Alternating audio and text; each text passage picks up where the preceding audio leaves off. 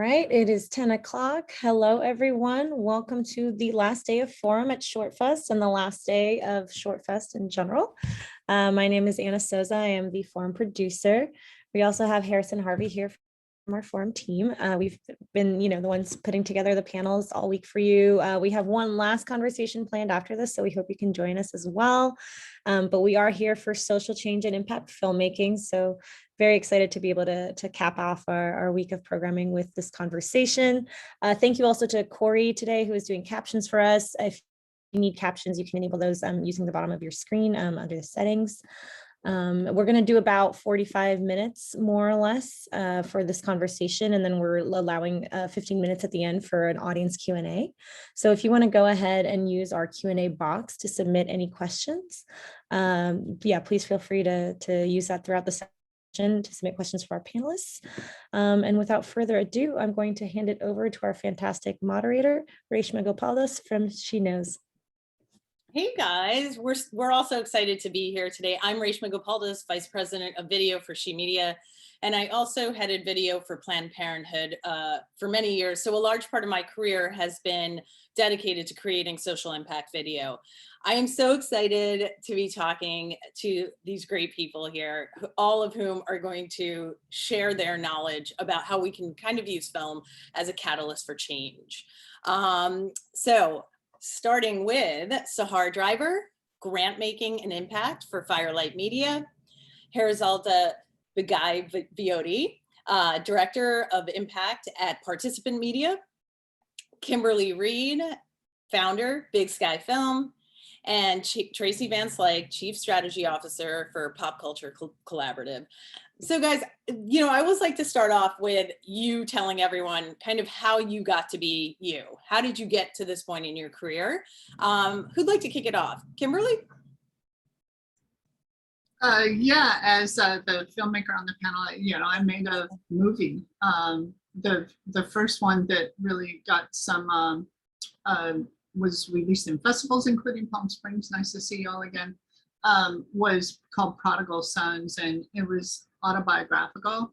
It was about my experience as a trans woman going back home and seeing a bunch of people I haven't seen for a long time. And it turns out my brother had this news that sort of gave him a new identity. So it's about our relationship. And I made that film because I wasn't seeing me on the screen. I wasn't seeing any trans people at all on the screen. So when it comes to this idea of social impact, I just think it's really important that we all recognize how powerful films are and how powerful these stories are. And that's just a good way to have social impact. And the most recent film I did was called Dark Money. We had a very big impact campaign for that, and it I think we made some waves, and we can talk about that later, but I'm here because I made some movies. Love it. I can't wait to talk about Prodigal Sons and everything. Heriselda, why don't you go next? Sure, thank you, and good to be with all of you this morning. I guess my story really begins in Albania, where I was born a year after the country democratized from a decades-long dictatorship. I lived there for the first few years of my childhood, saw a lot of civil unrest, and then my family and I were refugees in Italy before we then moved to the US when I was 7. And as I was growing up, thinking about how is it that I can keep the experience that I had from being the experience of others, I initially landed on policy to drive systems and social change. I thought if I go work for a big international organization or think tank, I'll help change the systems. And if you change the policies and the systems, it'll all work out, right? What I found doing that for a little bit is it's a slow moving bureaucratic process. And then, like all best laid plans, mine did not work out. And I happened to move to Los Angeles unexpectedly, where I felt a little bit like a fish out of water trying to do global development, social change work, and happened to fortuitously land at Participant, which had started an impact department. And I am not a filmmaker or a storyteller, but I have the wonderful gift of using stories and content and media to really pursue the same change that I've wanted to all my life, but by connecting audiences to powerful stories and then bridging that experience with opportunities to advance social change. So that's where I am today. I love that, Heriselda. And I can't wait to start talking about Roma and everything that Yes. you worked on. I'm excited. Tracy, why don't we pop over to you now? Well, I think my journey began reading books, walking down the street as a child, getting lost in books and having people call my parents saying Tracy almost got hit by a car again, because she was too busy looking at her book to look up. And then from there, professionally, I've worked at the intersection of mass media and impact in one way or another for the last 20 years. I started out as a journalist and DC covering national politics, and was quickly told to get out of DC if I wanted to actually experience, in a very nice way, to experience the rest of the world. And then through a series of went and worked with national grassroots organizations as their communications director, was the publisher of a magazine called In These Times. And I was always trying to stitch together at the bigger picture, like, how is a field coming together and what is the impact it's happening? So co-authored a book, ran an organization called the Media Consortium, which was a network of progressive media outlets, really trying to evolve during the time that like Facebook and YouTube were like really freaking out media industries, which is an indicator of how old I am right now. From there, went back into a lot of grassroots organizing work right when the economy was crashing, and there was a narrative that needed to be told around who was at fault for crashing the economy, which was often the big banks and corporations, and what an economy looked like for everybody. And what I learned working with a lot of the sort of amazing grassroots organizations, and even out of working in journalism, people were so focused on the national headlines of the day that they were really missing the point around where people's passions and their beliefs and their behaviors were being shaped at a deep core was within culture, and often pop culture. And from there, sort of transferred from my love for storytelling into work around culture. I'm going into the whole bio about it, but then currently I'm the Chief Strategy Officer at the Pop Culture Collaborative, which is a philanthropic resource and learning community focused on building the pop culture for social change field, as well as transforming the narrative environment for and with people of color, immigrants, refugees, Muslims, and Indigenous communities, with a particular focus on women, queer, trans, and disabled folks. And how do we build a shared narrative strategy across these communities? So that's me. That's such an interesting path to where you are today. I loved hearing that. So Sahar, over to you. I just wanted to note, Tracy, that I heard you say that you got hit by a car again, emphasizing the word again. So I'm sorry to hear that. Oh, no, I never got hit. I just almost got hit. It was an almost situation. I see. Okay, got it.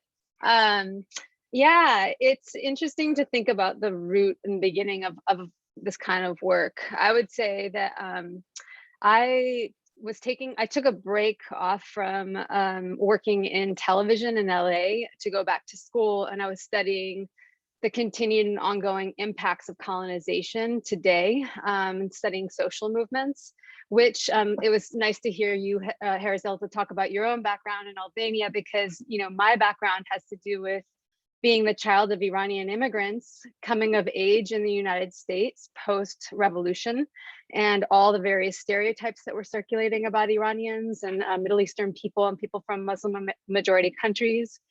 And so that is like how I kind of landed in the studies that I was doing. And then at Active Voice, which is a nonprofit based in San Francisco, that is looking at the intersection of social impact and social movements and documentary and film. And so I would say that those were my training grounds for the kind of work that I'm doing now. And the founder of that organization, I should note, is Ellen Schneider. That's great, Sahar. So, I want to get right into the basics. I mean, as you guys can see, each person here has had such a varied path to where they are now. So there is not one, you don't just go to school, learn this, and then end up in a job. There's so many different ways you can go. So Sahar, I actually want to start with you because you're a documentary impact and engagement strategist. So how do you help filmmakers and funders use their films to advance social issues? And can you use a specific example in your career? Well, I mean, I can start by saying that I'm working at Firelight Media at the moment, running the Impact Campaign Fund, which is a fund that resources Firelight supported artists to create impact and engagement campaigns, and also an impact campaign lab that helps them to design really effective strategies for those campaigns and to train their teams. I would say that maybe not everybody knows what impact campaigns are or what impact producing is. So maybe it's sort of helpful to ground in that for a second. Yeah, and it's distinct from other forms of distribution in that impact and engagement are the priorities. And sometimes that's not always the case. Sometimes a filmmaker has other priorities that are necessary, and that's totally fine. But if the goal is social change, that is what an impact campaign is. It's taking all the distribution moments of a film's life and strategically stitching them together, and with the right partnerships, with the right calls to action, with the right messaging and framing, with the right resources and toolkits and guides, all that together to help to elevate and strengthen what a film's real potential is, what its real special sauce is, towards in the service of social movements, in the service of social change. And so I would say, there's all kinds of ways to do that. I've worked on like dozens of impact campaigns at this point. I might actually just go ahead and use the opportunity to lift up that this month, Firelight has released the Hindsight Project, which is a project of Firelight, Center for Asian American Media, and Real South. And the goal of that project, which just released at AFI Docs, is to uplift stories of BIPOC people and communities from the American South and US territories, which are super underrepresented and extremely valuable and important lines of sight into what being American means, what not just necessarily being American, but what it means to be in this country, what it means to live a life, and what those priorities look like. And so that's kind of more of a culture change and a culture shift kind of a priority. And there are all kinds of other ways to think about what social change we're talking about, whether that's changing policy, whether that's changing, building communities, whether that is addressing particular behavioral kinds of shifts that we're looking for. There are all kinds of ways to think about what change means and looks like, but really the question is like, what is the film doing, and how can that be elevated in ways that are helpful? That's great. Thank you for explaining the basics of that. I think that was very helpful. And it's a great segue into Heriselda's work. You're the director of impact at Participant. So you work with not-for-profits, government agencies, and those are very, they're very different organizations to work with. Having worked at a not-for-profit myself, I want to talk a little bit about your work on Roma. Roma brought attention to domestic workers in Mexico. So I would love to hear about that. And also tell us how you work with different organizations to raise awareness. I know each organization is different in terms of what their goals are. And sometimes that's really hard to marry with good storytelling. Yeah, I think Roma is an excellent case study to focus on. And really, when we started working on the campaign for that film, we had a couple of goals. One was how could the campaign help to increase the visibility and value of domestic workers in popular culture? How could we accelerate the adoption of specific solutions that concretely supported the economic security and the dignity of domestic workers? And we were fortunate to be able to do that work in the United States with the National Domestic Workers Alliance and in Mexico with a local organization called CASE.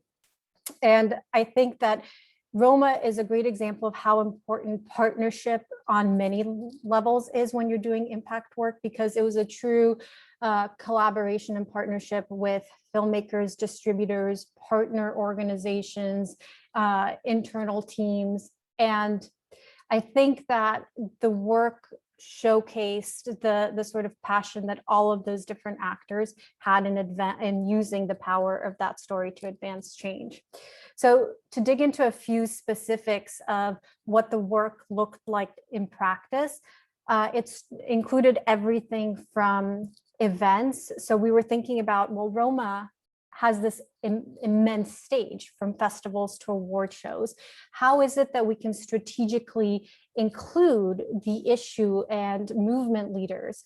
And that included having them at festivals and at award shows. It included a targeted press strategy that was driven by our partners that helped to connect the film with the domestic workers movement. And that coverage was placing those leaders who were fighting on behalf of domestic workers as the heart of the story. We also used digital efforts that our partners drove, everything from microsites that they put together, social media postings. We did film screenings that helped to act as an organizing mechanism for communities of domestic workers in the US and Mexico so that they could build momentum around either local or national levels. And underlying all of this was a really strategic synchronization with film moments and film events. So how is it that we could tie a conversation that is happening about Social Security legislation in Mexico to the release of the film, or to a premiere or an event that's happening, so that our audiences could appreciate and be inspired by the beautiful storytelling.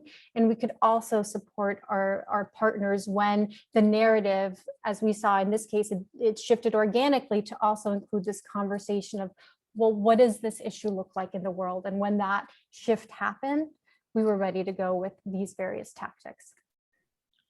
Okay, so we're gonna definitely come back to you with some more follow-up questions, specifically, what advice you can give to international filmmakers as well. But Tracy, I want to pop over to you. I love that your career started. You love storytelling so much that you almost got hit by multiple cars. So you work with a lot of content producers, social justice organizers on storytelling.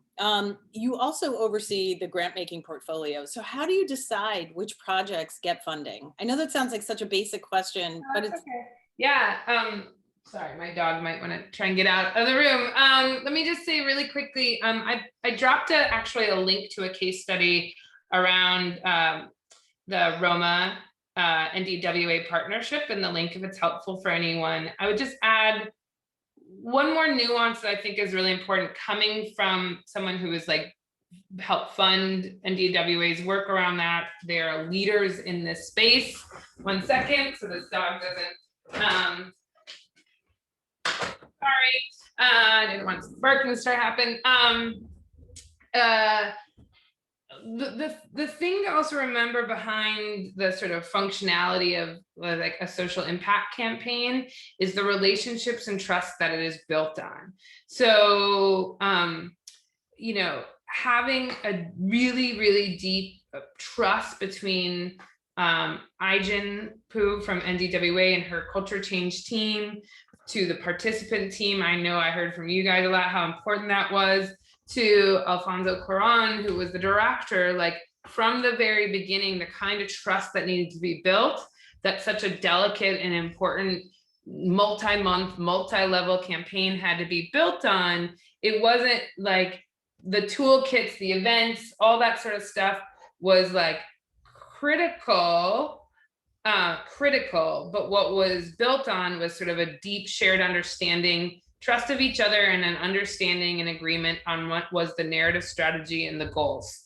And that is just foundational and sometimes could be skipped over because it's considered just an automatic, when then that's not necessarily true. But especially when you have multiple big organizations and companies and awards on the line and all that sort of stuff too. So I just wanted to add that, if that's helpful in any way. That was the key. Thank you for saying that, Tracy. That was going to be my advice at the end, but you got there.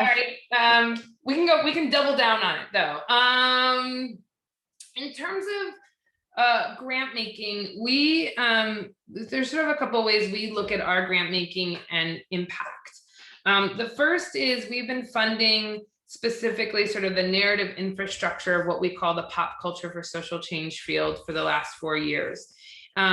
Artists, creative companies, social justice organizations, researchers, cultural strategists, and more, who are in various ways looking to sort of create a new center of narrative power for BIPOC, immigrant, trans, disabled, queer artists and communities who want to create sort of this new center of narrative power, and lead it with this kind of social justice values. So we have deeply supported new kinds of pipelines and incubators led by artists into the entertainment industry. We have supported new kinds of networks and organizations that are building deeper transformational relationships between artists, creative companies, and social justice organizations. I won't go through the whole list. Research on audiences that inform narrative strategy, or industry research that are used to organize within the strategy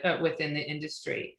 So like that's a whole set of grant making we have done, as well as like our own sort of relationship building support for people to come together as a stronger network. In the last year, we launched a new fund called Becoming America that was specifically focused on content and distribution strategy. Its goal is to sort of ignite public yearning for a just and pluralist society. So what are we don't look at stories from like, here's a story here, or here's a story here, and then what's the strategy? We come at it when we're funding content from the lens of what is the narrative ecosystem of content that in many different formats, in many different ways, start to build the surround sound experience for millions, if not tens of millions of people around a big narrative goal. And what are the ways to fund and support that work? Both the content development, the impact strategy that goes with it, and then of course the distribution strategy to have that impact. So it's still like very in its pilot stages, but you can look at popcollab.org and look at our Becoming America story portal to sort of understand how that narrative ecosystem is coming together. And so I think that's often different there, where people are like, well, let's do a story on the environment here or a story here, all incredibly important. But what happens when you start looking at, if you're trying to make an impact on the narrative waters we are swimming in, as my colleague Bridget often says, then how do we look at it from a siloed point of view to a narrative network point of view? So that's how we start to look at it. Okay, so that's really interesting. And Tracy, I'm going to come back to you, but I want to jump over to Kimberly quickly. But I do want to, talk to all of you about, the basics. Like, our audience has an idea. How do they get started in finding funding? Because I think we all have been through in our careers. You have a great idea, you're sitting in your apartment or your dorm room or wherever, and you're like, now what? So we're going to come back to you, Tracy. But Kimberly, as you said, you're the filmmaker here. So I want to talk a little bit about Prodigal Sons. Can you walk us through the process of making that film, from the conception of the idea to funding, et cetera, et cetera? Yeah, and I'll try to bring it back around to kind of building a film that becomes a tool for social impact, which was actually a really different story going on with Prodigal Sons than it has been for some subsequent films. So I'll look those in. I mean, the idea with Prodigal Sons was, like I said, I actually started out making a film about my brother, and then realized that his story was really interesting, but there was also an intersection between his story and my story. There was really about identity, about the both of us having new identities, or at least getting in touch with our old identities that were new to everybody else. And in that intersection, there was a film. So as I said earlier, this, all was kind of a scrappy film. It came together very quickly. It was autobiographical. So I kind of just grabbed a camera and started shooting for this film. Like I said before, and this is like something, especially for filmmakers and audience to never forget, is that films are incredible storytelling tools. I love the Roger Ebert quote that films are empathy machines. And as somebody who feels like we all need to have a lot more empathy going on in the world, that's why I'm interested in starting up this machine and telling you stories that allow us to see the world through each other's eyes, with all of the issues and points of view that the other panelists have talked about. And these are the experts, by the way, in social impact campaigns. The folks from Firelight and Participant, is like they kind of invented this field in a lot of ways. So when Prodigal Sons came out with it, to be honest, there wasn't a lot of emphasis on creating an impact campaign that went along with the release distribution of the film.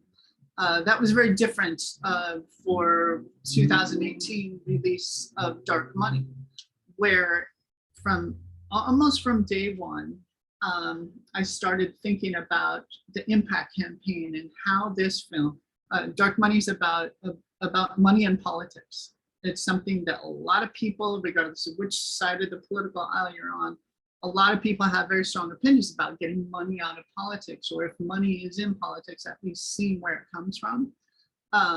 And so I saw a film developing, a story developing in my home state of Montana that would do something really, which is really important for any filmmaker, which is to visualize a lot of these social issues that were going on. So that's a really important thing for filmmakers to latch onto, is how, like, if you're making a film about invisible money in politics that's unaccounted for, like, how do you visualize that? But I figured out a way to do it.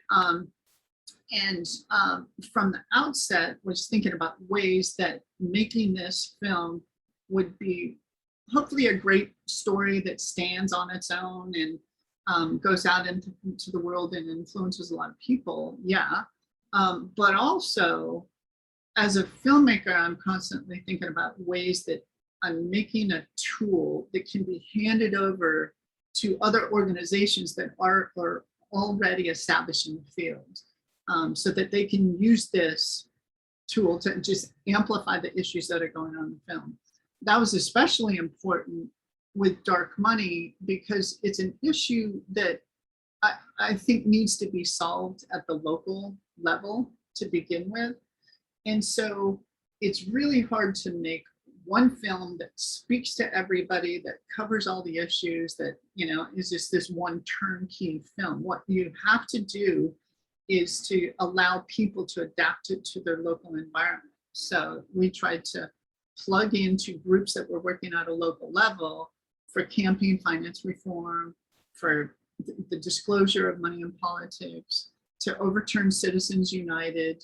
And the cool thing with that, when you look at money in politics, is that money is always affecting a bunch of other political issues. So we weren't just plugging into people who were working toward campaign finance reform.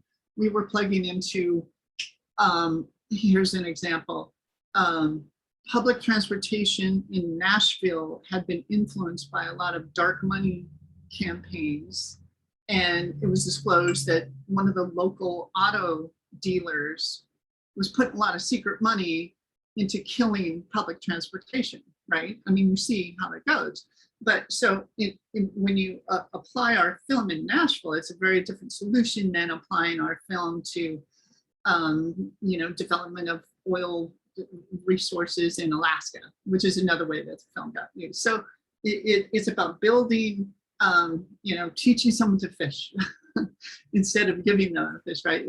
Allowing this manipulation to work. So just one last thing real quickly on a current film I'm working on, which is about gender and the lines of gender. It's called the Gender Project right now, is a working title. Is like more than ever, is like from day one, we're already we haven't even started shooting yet, and we're already planning what the impact strategy is going to look like, so that we can, work with folks like Firelight, our participants, or Pop Culture Collaborative to create these stories that, expand beyond the film and make that a tool for social change. Tracy, thanks. Kimberly, thanks. That was just so much. I'm sorry, I was looking at Tracy down at the bottom. You guys, I have like 19 follow-up questions for all of you, and I'm sitting here thinking, oh, how are we going to get to all this? So I actually want to skip to, in each of your experiences, in helping people not get overwhelmed by this process, like, how do we kick this off? Like, let's go over some from each of you, basic like do's and don'ts that you have learned in your experience that you want to share with the audience. Sahar, can we start with you on this one? I think there's so many. I would say, like, off the top of my head, oftentimes people think that they need to hire a seasoned impact producer to do the work that they do, when really organizers and activists that are committed to the movements and issues that the films are about they have a lot of the right skills and capacities and expertise. And really it's about like helping and supporting them to work to, there's like a whole film industry world that can be opaque.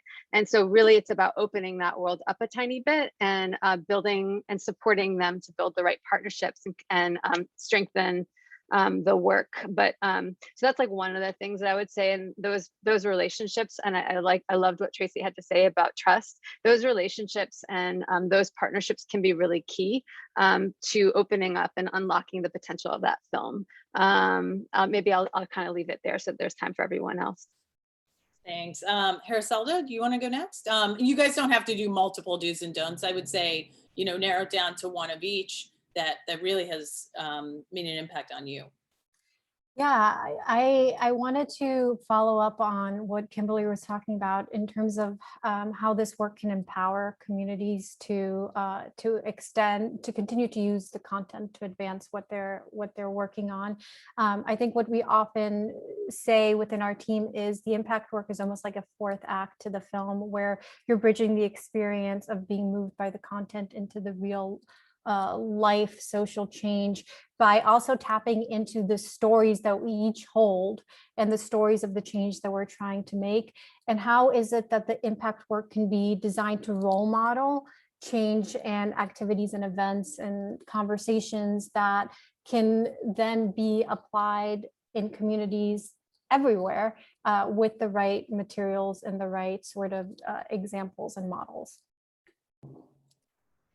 Tracy, let's jump over to you. I think Kimberly's note of they're starting their impact strategy and their audience strategy right now before even shooting something is actually critical. That's a do, because what I think is a huge gap is that artists are amazing, beautiful artists and storytellers, and that does not mean that you are a distribution and impact strategist. There's lack of capacity, there's just lack of relationship, like that's a whole other art form and a strategy form. And so starting to think about your wants, your needs, your like the impact you're trying to have in the world, not at the end, but the beginning, is actually going to be a huge thing to then find the right partners to work with to help that vision come forward. So I think it's the combination, the do and don't is on the same side of the coin. Don't assume that your impact strategy is going to just come into place at the end of your project. It actually needs to be built in from the very beginning. Do that. I think the other do I would say is the internet, is an amazing tool now. And I think a lot of storytellers sit behind this, like sometimes sit behind the camera, but part of sort of being part of the narrative ecosystem is understanding what is your role, what is the way that you help tell the story about your story through your own platforms. Building your own sort of visibility will help continue to build the visibility around your story. You have to be able to do that in ways that you feel safe, that you feel like that you want to show up publicly, but that's part of it. That's part of your impact strategy as well. And understanding how much you want to be part of the story, but don't pretend that you were invisible to this process either. So I hope that made sense. Yeah. Tracy, that made total sense. And one thing I'm just picking up from all of you, also remember that you can't do everything. You know, you create a film, you need partners, you need to make relationships, and your brain can work on one thing, someone else's brain might flourish in something else. So Kimberly, back to you. You kind of answered it, but is there any do or don't that you want to put out there for everyone? Yeah, kind of like you were just saying, Reshma. I think you do need to build a team, and you need to build those systems so that you can hand that work off. And that's kind of related to the don't that I would say, which is as a filmmaker, as a storyteller who's really trying to focus on these 90 minutes or whatever. It's easy to get distracted, and it's easy to start thinking a little bit. I'm going to contradict myself a little bit, but it's easy to start thinking as though the film is already done and it's working its way out into the world, and you start thinking, well, what are they going to say about, and what are they going to say, and what's going to happen over there? And it's easy to get distracted as a film. So I think you need to come back to these human stories, to these character-driven human emotions, because the better film you make, the better impact campaign you are capable of having. So I think that, one common thread actually that everybody has talked about are just these really basic human stories. And these impact campaigns that folks are talking about, Roma is a great example of that, are successful when they're driven by emotions, when it's these just simple, basic human emotions that everybody can relate to. So the challenge of the impact campaign is finding ways to articulate that in the distribution plan. So as a filmmaker, I would just say, focus on that, keep coming back to that. And then once that's tightened up, then you start releasing it out into the world. Yeah, so it all starts with a great story, and from there it grows into partnerships, relationships that you build, so you don't have to do all the work. So guys, I have a question. We have a few minutes before we start the Q&A, and I'm already seeing some great questions come in. But I wanted to know, was there any advice that you each wish you had been given, knowing what you know now, back when you started? Heriselda, you want to start with that one? Sure. The best advice that I was given, and the advice that I always give to anyone doing this work, is listen deeply. And that goes for listening to filmmakers, distributors, most certainly partners who you're working with.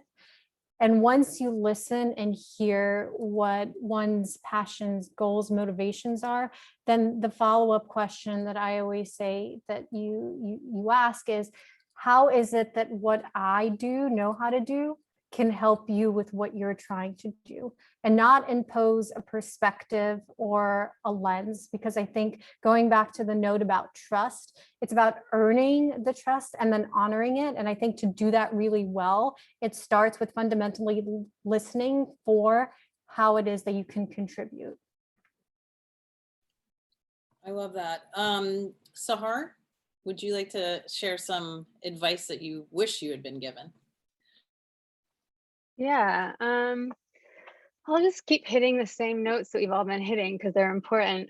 But I think just like really being thoughtful about the impact of like the visibility that a film campaign or a film will bring to the protagonist of the film it's really important to be thinking about how to be caring and like make sure that they're ready for that kind of potential fame or Sometimes they're having to re-articulate a story on various panels that can be really painful. And so we're trying to like, just make sure that you're like planning and preparing them for that and make sure that they're ready for that.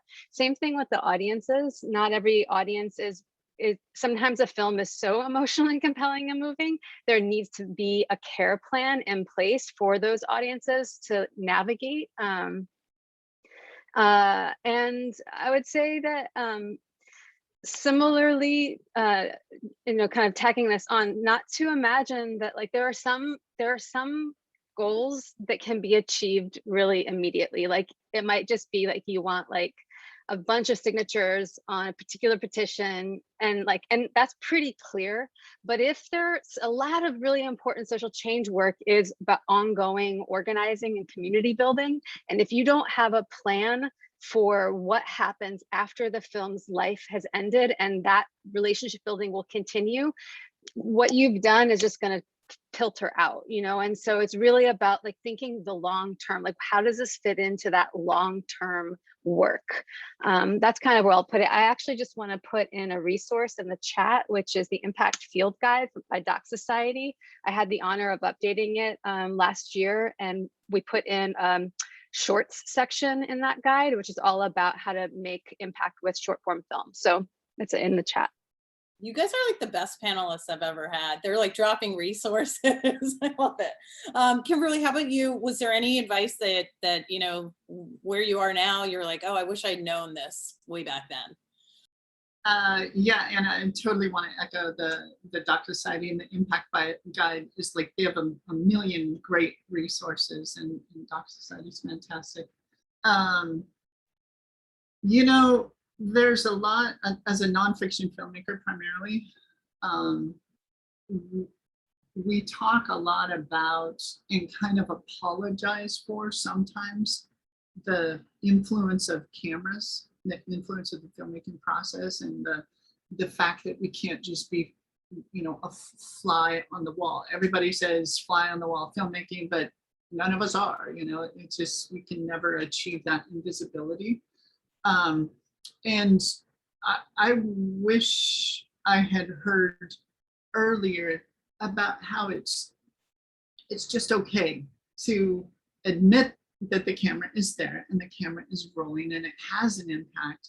And the challenge is not to pretend like the camera isn't there.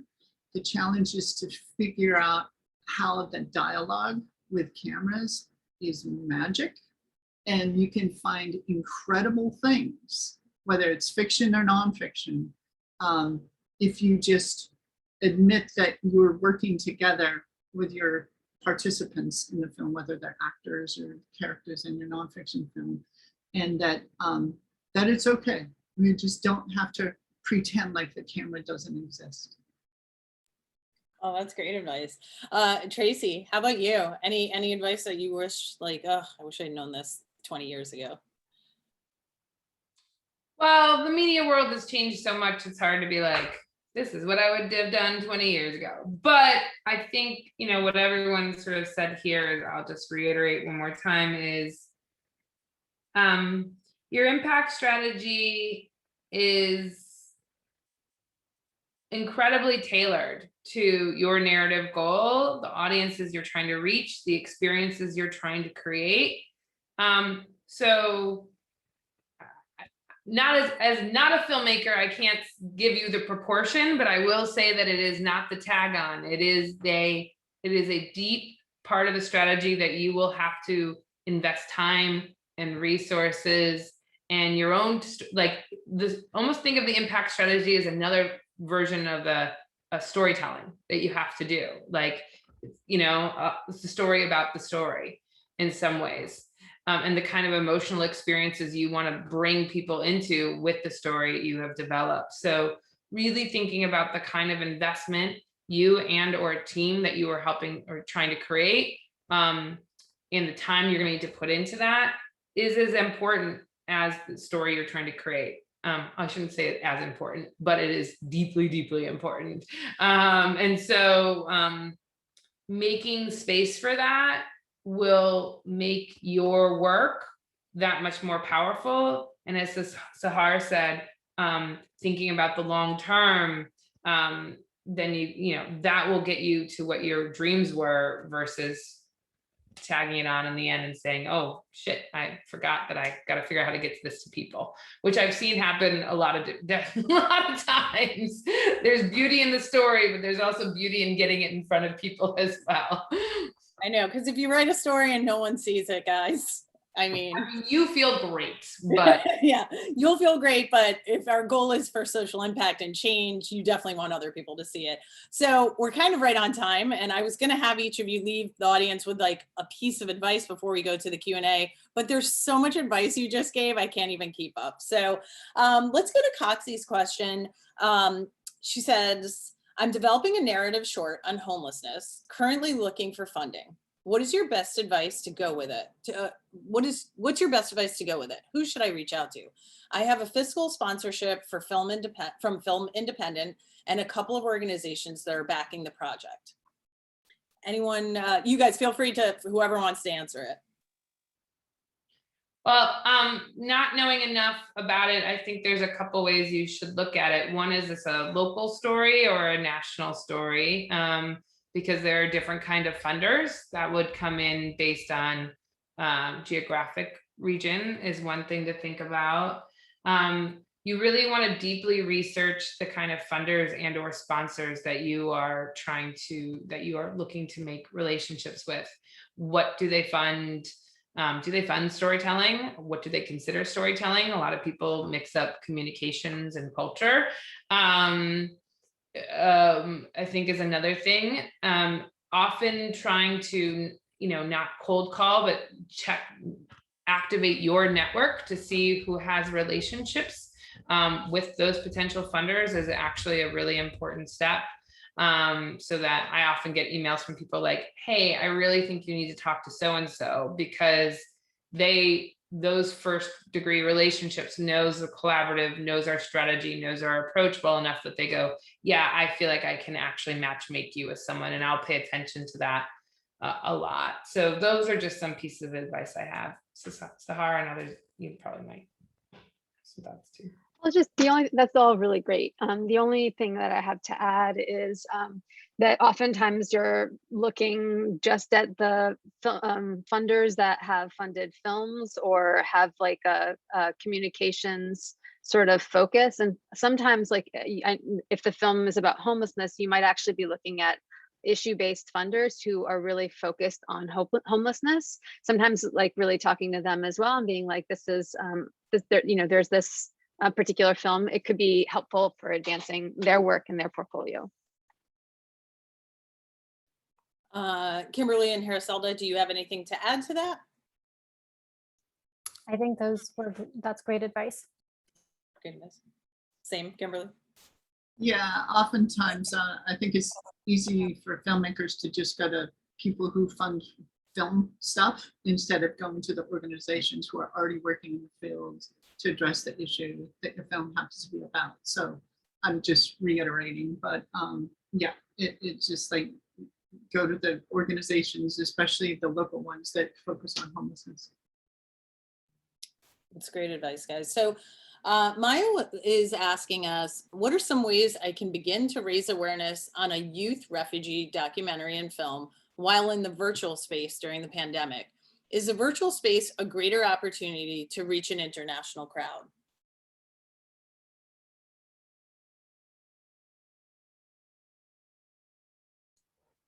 I mean, I think that we're looking at this new moment is a hybrid moment. I think we're going to continue to see a lot of the online space as this virtual world that has broken down borders and made it possible for people who are disabled to interact in new ways, people who live in different geographic contexts. It's also shut down some possibilities, like people who don't have broadband access have a little bit more limited access. There's like lots of different variables, but I think that yes, depending on who you're talking about or which community you're talking about, the virtual digital sort of moment that we're in could be great for introducing you to an international audience, but it depends on what that audience is. Sahar, that's a great point. And I'll just say in my line of work, you know, I have a docuseries that has followed the same group of kids for about 5 years. And in the pandemic, we have been able to open it up to people, because usually we'd film in a studio, and now we can film over Zoom, and you can get so many more stories, and people are just much more accepting of, you know, you might not have as high production quality, but you're getting like these amazing stories, and you're not limited by being in the same state or whatever. So I do think, like Sahar said, there is a hybrid starting now, and you know, the world is changing and we're in the middle of it. And so I definitely think we have an opportunity here. And oh, Sahar just said, don't forget about language access. Subtitles are really important. Any other questions? We have a few that we just got answered already. Just drop it in the Q&A. Yeah. You know, to that last question about what you can do while folks are on lockdown during the pandemic, one thing I've seen a lot of filmmakers do is to start crowdfunding campaigns, which is on top of just like a good way to get some seed funding to start a project on, is also a really good way to start developing an audience of like-minded individuals who care about this issue as well. So that may be something that you want to develop, and maybe it's not just to fund your film. Maybe that's just a fundraiser for these groups that you want to focus on. A question that I thought of, you know, while each of you were talking was, you know, you said to go out to organizations. You know, having worked on the Planned Parenthood end, we would get lots of calls from filmmakers, and it was, you know, we didn't have the funding to fund different things. So what is your experience with putting filmmakers in touch with donors for, you know, whether it's Planned Parenthood or different not-for-profits? Have you guys had any success with that kind of relationship? In terms of funding a project? I think it really depends on, I think, two factors. One, the budget of the organization, and one, their sort of knowledge and capacity and wherewithal around storytelling that is not their talking points and their comms department. That's very important, because a story, a film, as an artist, you want to be sort of aligned in values, but you're not going to necessarily be in lockstep around like exact messaging and language. And so that one goes back to the trust and development of like understanding sort of shared goals and needs before you partner up. That being really articulate about that is super important. Where different partners can come in is often on the distribution and impact strategy. I do think there are times that storytellers, and Sahar and others, you could probably add to this, could treat organizations as transactional, like help me get viewers, versus let's talk about what we all need and how this benefits our shared goals. And so if you're going to approach those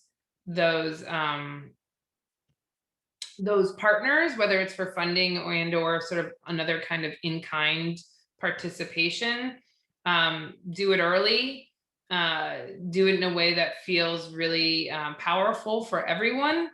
And you're going to result in a much more satisfying and impactful process overall. Tracy, that's such great advice. You know, you do have to think of, and in any relationship you enter, how it is mutually beneficial for the success of your project too. So guys, we're at the end here, and I just want to, Ariane is asking how she can get in touch with all of you in the future, if there's a resource to reach out to you. And so I'm gonna, just in our last few minutes, ask each of you, you know, what is one thing you want to leave the audience with in terms of they have an idea, what do they do? What is the first thing that you think from your experience they should do? And then let us know how they might be able to get in touch with you. Kimberly, you want to start? Well, you can get in touch with me at kimberlyreed.com. There's where to send emails to me. I don't know. I mean, first thing, I think the first thing to do, which I do when coming upon a new topic, is to just research the hell out of it, so that you see what else is out there. You see who's funded it if you're looking for funding. You see the tack that other people have taken with storytelling about, you know, this particular issue, and it's sometimes something that you know, I meet a lot of filmmakers who have this idea, but they don't realize that it's been done before. Somebody just, you know, has maybe made the penultimate film about it, so the ultimate film about it. So anyway, yeah, research. I love that. Sahar? I just plugged in the doc lab at Firelight Media. And the reason I did that instead of the Impact Campaign Fund is because the Impact Campaign Fund is only open to Firelight supported artists. And there are a number of different programs, but one of the signature programs is the doc lab, which is an incredible program to support emerging filmmakers of color, not emerging, early career, I should say.